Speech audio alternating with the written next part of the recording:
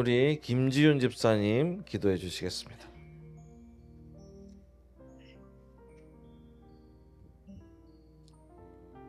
사랑과 은혜가 풍성하신 하나님, 이번 주일도 쉼이 있는 교회에 모여 함께 예배하게 하심을 감사드립니다. 아멘.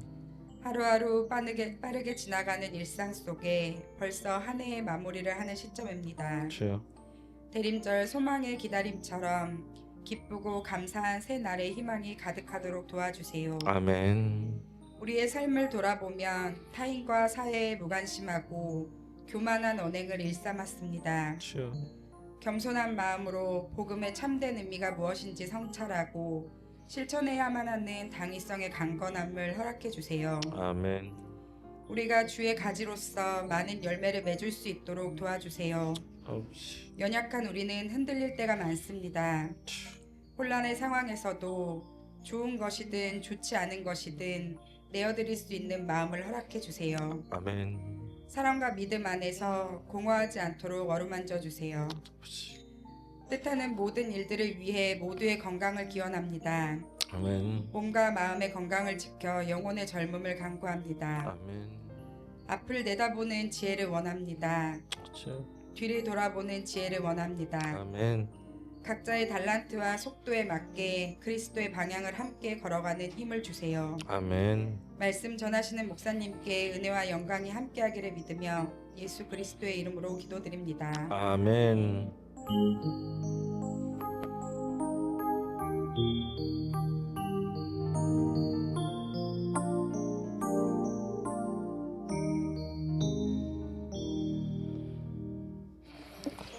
오늘 성경 말씀은 누가복음 2장에서 보겠습니다. 누가복음 2장 8절에서 14절까지 말씀 볼게요. 지난 한 주는 저에게 있어서 정말 좀 여러 가지 일이 있었던 그런 주간입니다. 좀 슬픈 일도 있고 감사한 일도 있고 했죠. 운전만 거의 한 1200km 이상을 했던 것 같습니다. 저는 사실 100km 이상 가면 지쳐요. 운전하는 걸 별로 좋아하지 않습니다. 근데 뭐 좀 좋았던 일 중에 하나는 그 전북 부안에 계시는 원래 여기 계시는 그 이종동 목사님이라고 제가 이천에 처음에 전도사 생활을 할 때 동원교회에 계셨던 목사님인데 그분이랑 아직까지 지금 한 30년 가까이 관계를 유지하면서 뭐 제 자랑은 아니지만 제가 그때 전도사 생활 너무 잘했다고 지금까지도 사랑해 주시는 분입니다. 근데 그분이 주변에 소개를 해서 이제 십자가를 하나 좀 만들어 달라고 했어요. 그래서 제가 아직 뭐 페북이나 이런 데 올리진 않았지만 2m 50짜리 큰 원로 십자가를 만들어서 갑니다. 그래서 이제 며칠간 함께 예쁘게 만들어 가지고 월넛이 나무 중에 제일 비싼 나무거든요. 근데 이유가 있어요. 그냥 오일을 발라 놓으면 너무 예쁩니다. 제가 작년에 드렸던 그 말씀 스틱 갖고 계세요? 그게 월넛입니다. 그게 월넛이 제일 좋은 나무예요. 자, 어쨌든 이제 그거를 가지고 내려가서 부안이 말이 부안이지. 저기 우리 김종인 권사님 군산 쪽에 그쪽 잘 아시니까 왜 그게 뭡니까? 가도 끝이 안 납니다. 그래서 가서 한 3시간 넘게 걸린 것 같아요. 트럭 타고 갔거든요. 허리가 뽀개질 것 같습니다. 우리 고관사님 타봤잖아요. 원주 갔다 오는데도 죽을 것 같은데. 근데 가면서 제 같이 일하거나 하는 저희 후배 친구랑 같이 갔는데 운전도 조금씩 번갈아 하고 하려고 갔습니다만은 놀라운 사실을 알았어요. 수동이거든요. 네, 수동인데 본거가 기아 6단까지 있다는 걸 처음 알았어요. 몰랐죠. 5단, 그러니까 6단이 있더라고. 6단 넣으니까 완전 포르투기니에요. 너무 스무스하게 나가가지고 본거가 아니죠. 포터가 이제 그렇게 갔다 왔던 기억이 나는데 오자마자 지난번에 한번 말씀드렸던 그 제 친구 목사님의 아내분이 아프다고 말씀을 드렸잖아요. 그래서 조금 갑자기 좀 힘든 그 상황이 와서 좀 어려울 수도 있기 때문에 얼굴이라도 보자 그래서 올라오자마자 그 다음 날 또 바로 서울 가가지고 몇 시간 기다려서 이제 가서 완전히 얼굴도 못 봤어요. 주변 가족들만 보고 왔는데 이제 그분이 이제 그 마지막이라고 이제 본인은 생각을 했겠죠. 그래서 그 친한 사람들을 이미 제가 좀 늦게 갔는데 오전에 다 만나고 있었던 거예요. 근데 이제 그 사모님이니까 고성에서 교인들 와서 얼굴도 보고 뭐 이렇게 또 못 만났던 사람들도 보고 뭐 이러면서 그 너무 행복한 시간을 보냈다고 하더라고요. 이제 그리고 이제 그 다음 날 새벽에 갔다고 연락이 왔습니다. 참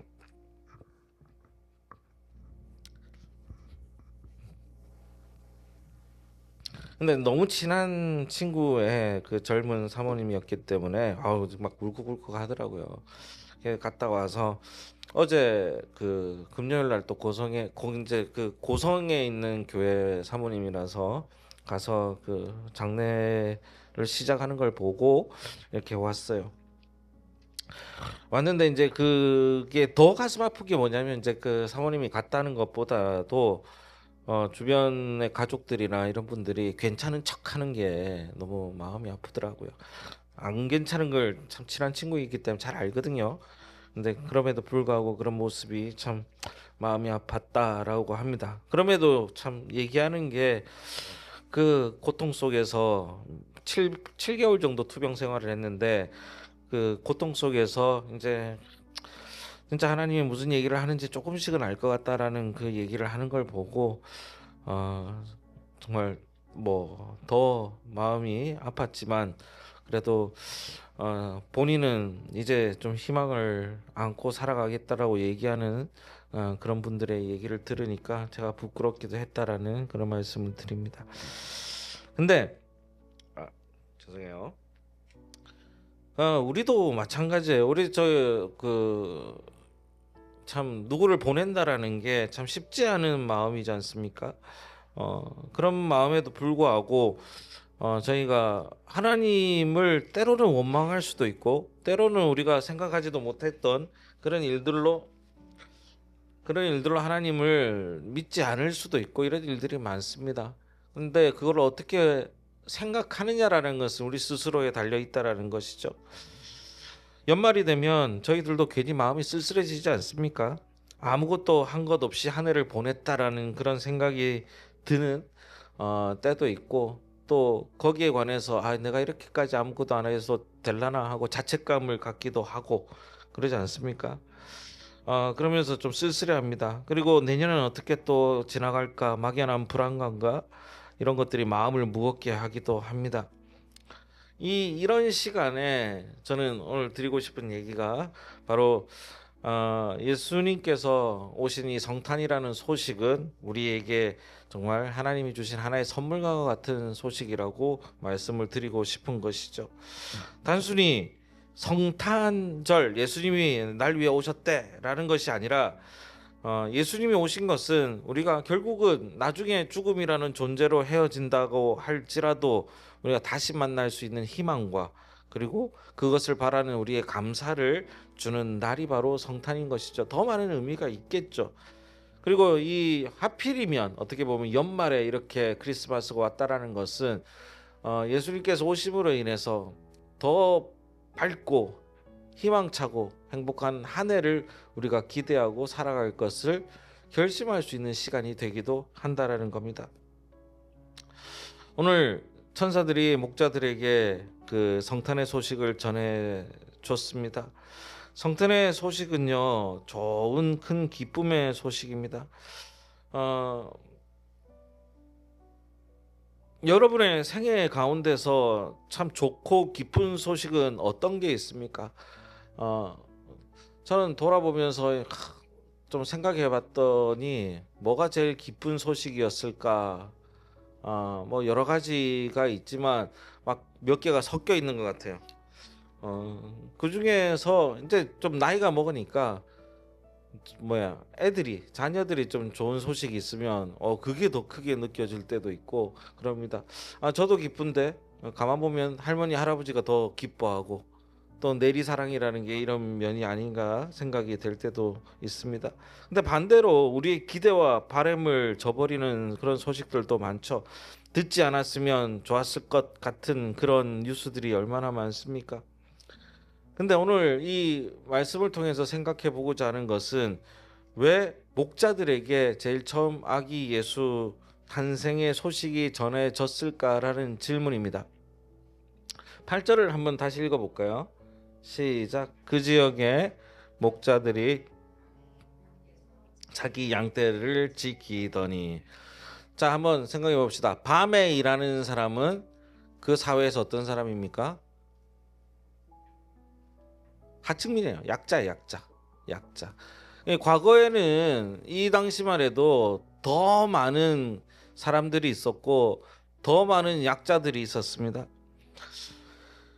여러분, 목자 하면 그런 거 생각나잖아요. 그 양떼 풀어놓고 영화 같은 데서 보면 풀밭에 누워가지고 그 풀피리 이렇게 부르면서 그 풀 이런 거 질겅질겅 씹으면서 그냥 돌에 기대가지고 착 있는 그런 장면들 뭐 이런 거 생각나지 않습니까? 근데 고대 근동 사회에서 목자들이라고 하는 것은 가장 비루한 집단 중에 하나라고 전해집니다. 목자들은요 잠시 양떼를 돌보다가 밤 되면은 집으로 돌아가는 사람들이 아니에요. 이 밤에 양떼 지킨다고 했잖아요. 밤새 지키는 사람입니다. 우리도 뭔가 좀 사회적 계급이 높거나 돈이 많거나 이런 사람들은 밤에 일 안 하잖아요. 집도 마찬가지고 잘 될수록 해가 잘 드는 곳으로 가고 어려운 사람일수록 지하로 내려갑니다. 그잖아요. 그래서 그 유튜버 누굽니까? 여행 유튜버 유명한 그 원지의 하루라는 그 친구가 나와가지고 자기는 자기 회사는 저 위에 있고 따스한 양지바른 그런 빌딩에 있고 직원들 6명은 그 지하에 창문도 없는데 넣어놨다고 해서 난리가 났지 않습니까? 그래요. 그 계급이 지금도 이렇게 그 문제가 되는데 옛날에는 더 심했다라는 거예요. 밤에 이슬 많고 지붕도 없는데 그 늑대나 여러 가지 추위나 뭐 이런 것들로부터 이 동물을 지키는 것이 쉽지 않은 것이죠. 슬픈 현실인 겁니다. 그리고 이 사람들이요 짐승들과 뒹굴다 보니까 유대인으로서 율법을 제대로 지킬 수가 없습니다. 음식 먹을 때 손을 씻으라 뭐 이런 규례들이 있거든요. 그리고 그런 것들을 제대로 씻을 수가 없어요. 그러니까 조롱과 멸시의 대상이 되기도 합니다. 또 하나 넓은 그 광야에 나가가지고 양을 치기 때문에 주인이 계속 감시를 할 수가 없어요. 목자가 알아서 하는 건데, 근데 문제는 늑대가 와서 한 마리 물어가면 어떡해요? 주인 보고 아유 늑대가 물어갔습니다 이렇게 얘기할 수가 없는 거예요. 얘기했다고 그래도 혼나기도 하고 합니다. 그러니까 이 사람들은 나중에는요 서로 볼 수가 없으니까 거짓말쟁이로 취급받기도 했다고 합니다. 그래서 유대 법정에는요 이 목자들을 증인으로 세우지 않는 법도 있었다고 할 정도예요. 그 정도로 이 목자들은요 약자들이었다라는 거죠. 그런데 어떻게 이런 사람들이 예수님의 탄생 소식을 가장 먼저 들을 수 있었을까요? 헤로드 왕, 대제사장, 사두개인들, 바리새인들은 예수님의 탄생 소식을 듣지 못했는데 목자들은 들을 수 있었던 이유가 바로 가장 낮은 자였기 때문이라는 겁니다. 예수님이 오신 것은 낮은 자들을 위해서 오신 것이죠. 그게 되게 중요한 포인트입니다. 그래서 예수님이 오신 게 나보다 뭐 대단하고 멋진 사람들이 아니라 나 같은 사람을 위해서 오신 분이라는 것을 우리는 알아야 되는 것이죠. 그래서 지극히 높은 곳에서는 하나님께 영광이요 하고 영광을 돌리는 장면들이 나오는 겁니다. 옛날에 어떤 나라에 사냥을 아주 좋아하는 왕자가 있었다고 합니다. 그래서 하루는 사냥하러 다니다가 낭떠러지에 딱 걸려가지고 떨어져가지고 죽을 지경이 되었어요. 그것을 본 나무꾼이 그 왕자를 갖다가 구했어요. 그 막 떨어져 있는 왕자를 구해가지고 정성스럽게 치료를 하고 왕궁으로 데려다 드린 거죠. 그러니까 임금님이 너무 고맙잖아요. 내 아들을 이렇게 잘해가지고 살려주었는데 너무 큰 상을 내리고 싶구나라고 얘기를 합니다.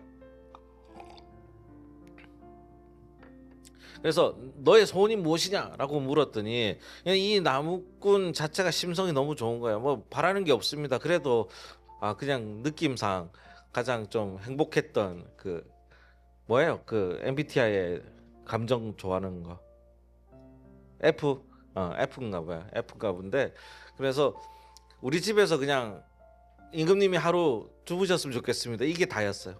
진짜 순수한 마음에. 근데 이제 난리가 난 거예요. 나무꾼이 사는 집은 어디에 있겠습니까? 숲이겠죠. 예.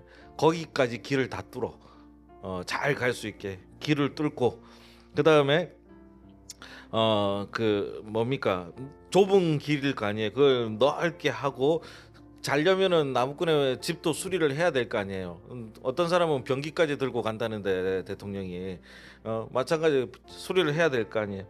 그러면서 그 일대가 그냥 바뀌어 버린 거예요. 일대가. 임금님이라는 사람이 하룻밤만 잔다고 해도 이렇게 달라지는 겁니다. 제가 왜 그냥 이게 동화의 우화 같은 데 있는 얘기잖아요. 왜 말씀드리냐면 하나님께서 그보다 임금보다도 더 크신 하나님께서 우리와 함께 있다면 우리의 주변의 것들이 이런 식으로 달라진다라는 겁니다. 달라질 수밖에 없다라는 겁니다. 그래서 주님은 뭐라고 얘기합니까? 너희는 무엇을 먹을까 입을까 마실까 염려하지 말라라고 얘기합니다. 근데 우리는 맨날 그 염려 속에서 살아가잖아요. 나 어떡해? 나 뭐 해야 돼? 뭐 해줘야 돼. 우리 애들 뭐 해야 돼. 뭐 우리 부모님 뭐 해야 돼. 나도 뭐 하고 싶어. 그 염려 속에 살아가요. 염려한다고 뭐 돈을 더 벌 수 있습니까? 그것도 아니잖아요. 이는 이방인들이 구하는 것이요 주님의 말씀은 명확합니다. 너희는 먼저 그의 나라와 그의 의를 구하라. 그리하면 여기서 끝난 게 아니에요. 그리하면 이 모든 것을 너희에게 더하여 주시리라. 이렇게 얘기하는 겁니다. 그러니까 이거는 간단하게 생각하면 우선순위가 하나님이 되라라는 얘기예요. 하나님이 되라. 하나님을 우선순위, 나를 우선순위로 해달라. 왜? 내가 너를 가장 많이 돕고 내가 너와 가장 함께하고 내가 너와 함께 동행할 수 있는 가장 힘 있는 사람이 난데 하나님 섭섭한 거야. 내가 이렇게까지 해줬는데 야 이제 와서 모른 척하네. 해준 적 없다 그러네. 그럽니다. 우리 아이들한테 배신감 느낄 때 있잖아요. 뭐 정말 그 아기일 때 니네들 아니야. 아기일 때 제일 제 친구가 배신감 느낀다는 게 4살인가 5살 때 정말 힘들게 해가지고 최고급 여행을 갔대요. 가족끼리. 기억 못해요. 뭐 어디 갔던 기억은 있대. 바닷가 같은 기억 못해요. 너무 배신감이. 애한테 들어간 돈도 뭐 몇백만 원 됐었다는데. 아이니까 그렇지만 성장한 사람, 그러니까 우리도 신앙도 마찬가지예요. 신앙이 어렸을 때는 괜찮아요. 우리가 아이들 보듯이 그렇게 하는 거예요. 따라만 와줘도 감사하지만 우리가 성장해 나갈수록 신앙이 성장해 나갈수록 우리가 염치를 알아야 되고 감사를 알아야 되는 거거든요. 하나님께서 내게 이렇게까지 해주셨는데 적어도 하나님이 뭐 대단한 거 바랍니까? 대단한 거 말합니까? 부모님도 똑같아요. 그냥 쉽게 생각해야 돼요. 부모님들이 우리에게 많은 것을 주셨을 때 뭐 대단한 거 바랍니까? 한마디잖아요. 감사합니다. 그리고 부모님을 인정해 주는 건 덕분에 아버님 덕분에 어머님 덕분에 저희가 이렇게 됐습니다라는 그 감사라는 거예요. 하나님도 그 감사예요. 그 감사는 뭘로 터져 나오냐면 기도와 삶으로 터져 나와야 된다는 겁니다. 그래서 이 하나님을 먼저 우선순위에 놓았을 때 니네들이 원하는 모든 것을 너희에게 더하여 주겠다라고 하시는 게 예수님의 말씀인 겁니다. 그래서 이제 마지막으로 봐야 될 게 그 하나님의 이 선물 같은 이 성탄이 우리에게 있어서는 평화이자 행복이 되어야 된다는 말씀으로 마지막을 하고자 합니다. 제가 여행을 참 좋아합니다. 근데 그런 생각이 들어요. 여행을 좋아하는데 비행기 타는 걸 좋아하는데 비행기 타는 게 너무 싫어요. 이해할 수 있는지 모르겠네요, 이 말이. 비행기 타는 걸 되게 좋아하는데 비행기 타는 게 너무 싫어요. 그냥 비행기 안에서 그냥 착 그 책도 보고 영화도 보고 뭐 이러면서 그냥 편안하게 있는 것 같은데 한 번씩 이렇게 구둥 하잖아요. 움직이고 난기류 타고 이러면 그때서 머릿속에 아 이거 비행기지라는 생각이 들어요. 근데 저 밑에 떨어지면 살 수 있을까라는 생각이 들 정도로 높아요. 바깥은 영하 50도예요. 비행기 바깥은 대부분 죽는 겁니다. 높이는 1만 미터입니다. 1만 미터 10km 10km 시속 거의 1000km를 달리고 있죠. 여기선 밖에서 살 수가 없어요. 뭔가 고장 나면 그냥 다 죽는 거예요. 그럼에도 불구하고 우리 그 안에서 좀 포근함을 느끼고 행복함을 느끼고 있지 않습니까? 비행기 안은 음식도 먹고 잠도 자고 책도 읽고 평화도 봅니다. 자, 이런 걸 보면서 저는 그런 생각을 좀 하게 되더라고요. 굳이 비교를 하자면 하나님의 품도 이와 같은 게 아닌가라는 생각이 듭니다. 함께 세상이 아무리 춥고 어둡다고 할지라도 주님 품 안에 있는 것은 포근할 수 있다라는 얘기인 것이죠. 미국에서 여러분 그 원자 폭탄 제조한 사람이 누군지 아세요? 누구? 오펜하이머. 오펜하이머 박사를 초청해 가지고 국회에서 질문을 던졌다고 합니다. 박사님, 이 원자 폭탄을 만드셨는데 이 위력이 너무너무 크고 살상력도 크고 하는 거예요. 그랬는데 만드신 것까지는 우리가 미국이 이길 수 있어서 너무 좋습니다만은 그런데 이 원자 폭탄을 막을 뭐 어떤 그 방책이나 무기가 있습니까? 이렇게 물어본 거예요. 그랬더니 오펜하이머가 뭐라 그랬는지 아세요 혹시? 있습니다 그랬어요. 있습니다. 그게 뭔지 아세요? 어? 사람? 사람이 어떻게 막? 오펜하이머가 한 얘기는 뭐냐면 그것이 바로 평화입니다라고 해요. 평화. 그 폭탄을 막을 수 있는 것은 평화입니다. 이게 어떻게 보면 참 그 뭐라 그래요? 무책임한 얘기일 것 같기도 한데 만들어 놓고 난 다음에 평화라는 얘기가 합니다. 참 와닿는 바가 있더라고요.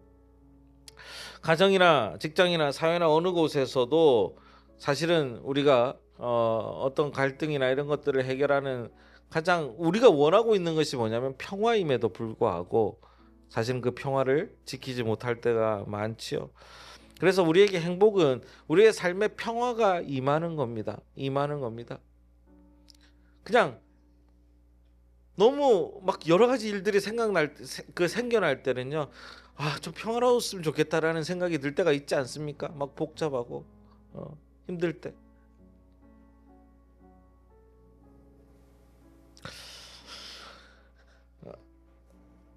성탄절에 오시는 예수님께서는 우리에게 이렇게 말씀하셨습니다. 나중이지만 평안을 너희에게 끼치노니 곧 나의 평안을 너희에게 주노라. 내가 너희에게 주는 평안은 세상이 주는 것과 같지 아니하리라. 사랑하는 우리 성도님들, 저는 이 평화의 소식을 들으시면서 저는 여러분이 이 평화롭다라는 이 상태는 그게 바로 행복의 상태임을 잊지 않으셨으면 좋겠습니다. 그래서 제가 이렇게 썼습니다. 행복하자 성탄. 행복해서 성탄이 아니에요. 따라해 봅시다. 행복하자 성탄절. 그래요. 한 번 더 할까요? 행복하자 연말.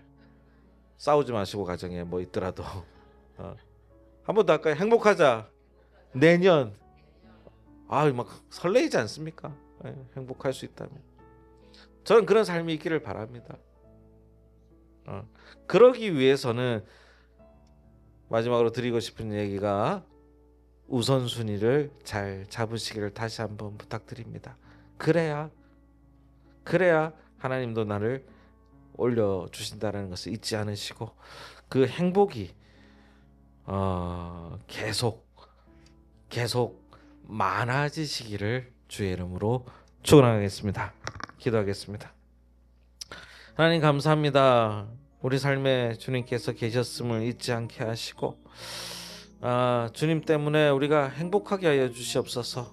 행복할 조건이 좀 부족하다 할지라도 하나님 저희들이 행복하려고 노력하면서 평화를 이루려고 노력하는 저희들 될 수 있도록 주님 도와주시옵소서.